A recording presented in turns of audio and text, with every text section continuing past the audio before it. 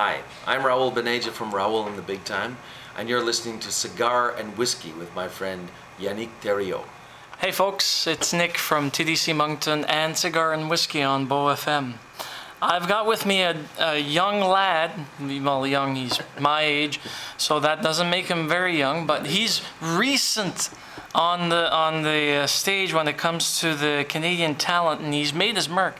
I don't know if he dances. If he is, he's a triple threat, but I know he's a double threat because he sings, he writes, and he also acts. So tonight, right in front of me, I've got none other than Raoul Baneja. Is that how I say your name? Yeah, okay. You said that. I like the French pronunciation of Raoul. That's how it should be. He was born in 1974 in Manchester, UK.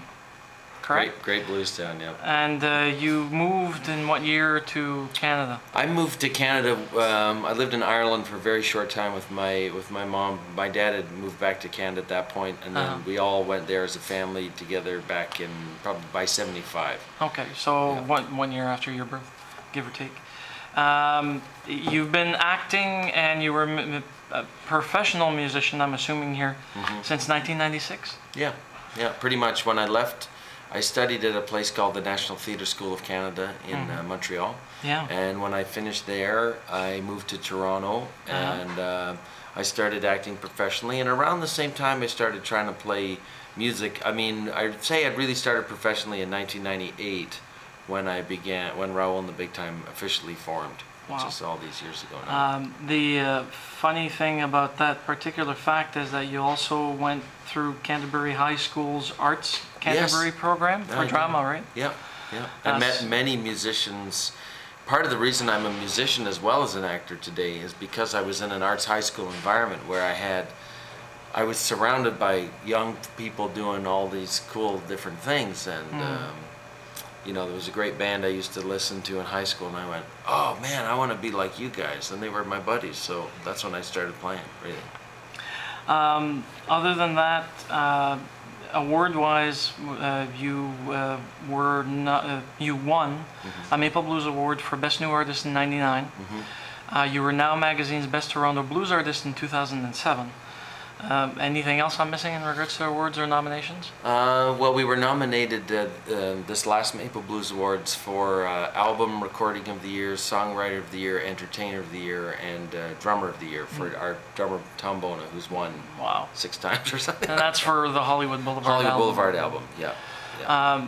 The discography is not small, considering everything that I've seen so far in doing my interviews. Big Time Blues was your first album in 2000. Cold Outside was the follow-up album in 2004. You My People in 2009. And Blue Midnight in 2010, and just last year, mid of last year? Yeah, April, May of last year. Hollywood Boulevard. The main band members that we managed to find, the drummer is Tom Bona. Yeah. Who's with me here also doing Life, Death, and the Blues, the play I'm touring. Okay, so we'll get to see him tonight. And then there's the guitarist Darren Gallon. Gallon, yeah. Gallon, oh my he arrives today in Halifax, here in Fredericton, flying in, as well as my upright bass player, Terry Wilkins. Yeah, he's a real legend in the Canadian music scene. He's played with everybody from David Wilcox and Lighthouse. He was in Big Sugar, and I think the biggest band he was really ever in, Canadian band, was Rough Trade. He was the bass player in Rough Trade, so and played with lots of blues legends over the years as well. Now, I found too many bits and pieces about what your musical and more acting side represents to Canada and the whole on the big screen. In '96, you were in the newsroom. Yep. That was my first job. Ken Finkelman on CBC. Yeah. And then following that, you had your first starring role in the feature film Extraordinary Visitors in '98. Yeah. Directed by John Dole, opposite Andy Jones and Mary Walsh. Yeah, that was for the first film to ever do, to get to be in Newfoundland for 6 weeks and working with Andy Jones and Mary Walsh was incredible. Yeah, no, I think if you go on IMDb now and look me up, I think I'm up to 85 film and television credits since '96. So I've done lots of different things on camera over the years too. Just to name a few quickly: Adam McGowan's Ararat, The Sentinel opposite Michael Douglas, Touch of Pink with Jimmy Mistry and Kyle MacLachlan, Weirdsville with Scott Speedsman and Wes Bentley. Yeah.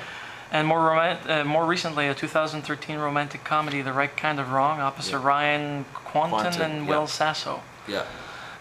Television, you had various recurring roles apparently, and some of them I probably blinked and missed you.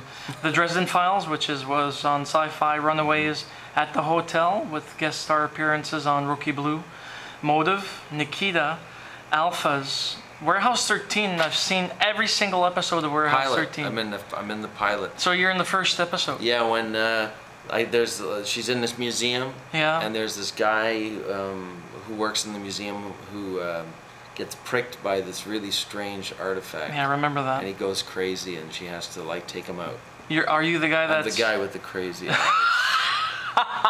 The most painful contact lenses I ever had to put in to make your eyes bloodshot. Murdoch Mysteries, out of everything else as well, which is a very has a. I tell you, more people have probably seen. Like I was on this show on Global Television for 2 years called Train 48. I did 250 episodes of that show or something like that. A lot of people saw that, but I would say I've had almost as many people say, "Oh my God, I saw you on Murdoch Mysteries," and I've done one episode of it. It's a show that people love and so many people have seen. Saving Hope. Yeah. The Listener. Yep. And Flashpoint, with many, many more that I could list, but I'll stop it there. But Flashpoint itself is just phenomenal. Legendary Canadian show now. Yeah. Two friends of mine created that show, so I've been following that for a long time. I was happy to get on that. Yeah. More interestingly, acting-wise, when we talk about romantic theater, January 2006, you debuted in Hamlet as a solo act. Yeah. You were doing everything. Yeah, I tour a version of Hamlet called Hamlet Solo, which I think in Atlantic Canada, I've done it in St. John's, Newfoundland, and I've done it in Halifax at the Neptune Theatre. I haven't had a chance to take it around too much here. I'd love to though. But yeah, I do like a 2-hour, one-person version of Shakespeare's Hamlet. It's like unplugged, really. It's got no set, no props, no other actors, no costume changes, no fancy lighting. It's just the words and the actor and the audience together. Wow. So yeah, I've been touring that. I've toured that and I played it off Broadway, and I did it. I've done it in the UK as well. So yeah, I do a lot of different things. You must remember those lines. There's a lot of lines. There's about I think we figured it's 15,000 words, 19,000 words. I think it's 15,000 words. I can't remember. That's enough. Enough. You were also a member of the band called the legendary Miles Johnson with Edmonton-based musician Graham Guest, and you appeared as a guest artist on a number of recordings as well. Yeah. Yeah, Graham and I have been friends for a long time. I actually met Graham through Tom Bona, my drummer. They used to tour with a fantastic Canadian guitar player and singer, Sue Foley. Sue Foley. With the great Sue Foley. So those guys were in her band. And so Tom said to me, "Oh, you should meet this guy Graham. I think you guys would get along." And Graham has this incredible story of being this piano player singer who at 17 went on the road with Eddie Shaw, who was Howlin' Wolf's sax player, and toured all over the South as a teenager with a total blues legend. And so Graham and I got together sort of the middle of the last decade and started this project together, Legendary Miles Johnson. And we try to get together and do a show either in Edmonton or Ontario or somewhere else every once in a while when we can, when our schedules permit. But I love playing with Graham. He's great. The website that you can follow Raoul and his band, the Big Time, is literally Raoul with RAOUL and spelt out thebigtime.com. Any other albums coming out? Because the Hollywood Boulevard is very recent. It's that's a year as old. You can see in my release schedule. I often, because I put out my own records, I don't I'm not as obsessed with saying the sort of rock paradigm that you've got to have, or pop paradigm that you have to have a new album out every 12 months. I try to make records that will hopefully stand the test of time. I don't really focus a lot on trying to capture one specific sound of the moment or anything like that. So A lot of my records I build almost more like recording sessions in the old days, I think, where you'd go in and you try. When I go into the studio, I'd like to think of it. I try to get an A side, a B side, and an alternate in a day. Okay. So I try to think of getting hopefully 2 and maybe 3 usable cuts in a day. So you plan in advance? Yeah, I like to, and also particularly with Hollywood Boulevard, that was a bit more of a concept album in a way, because I recorded some of it in Los Angeles, I recorded some of it in Toronto, but some of it in Toronto I used guest musicians of mine who were on tour coming through. So that, I mean, Hollywood Boulevard is almost 4 years of sessions put together.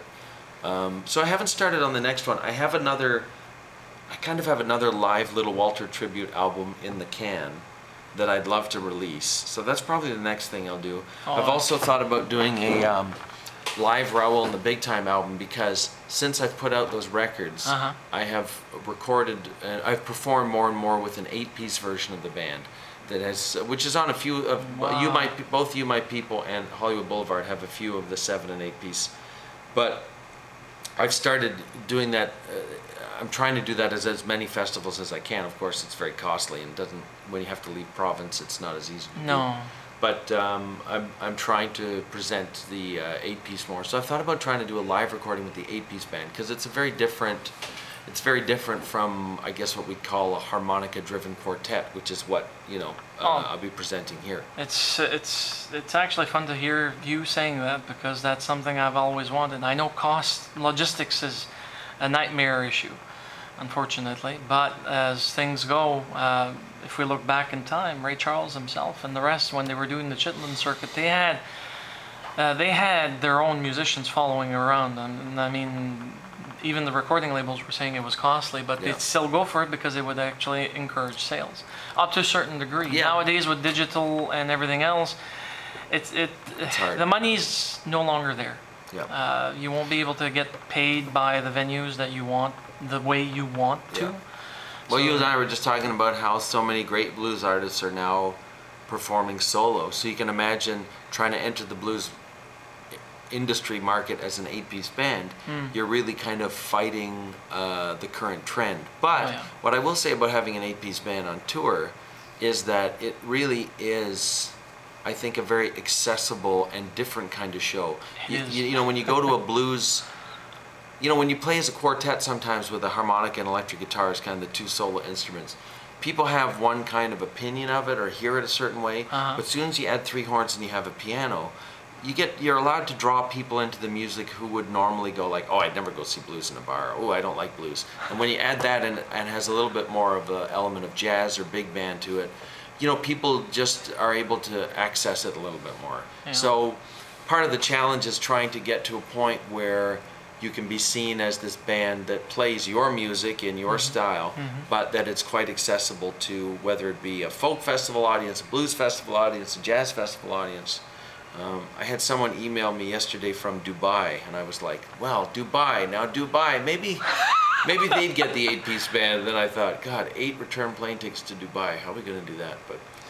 But yeah, it's a crazy kind of concept, but it's one I like to do as much as I can. But listen, we started as a 4-piece. I played as a 4-piece for more than half the whole life of the band. So we've actually, to prepare for Harvest here in Fredericton this summer, we've been playing a lot more as a 4-piece to kind of just get back into that rhythm and interplay, because it is quite different. Oh, it is.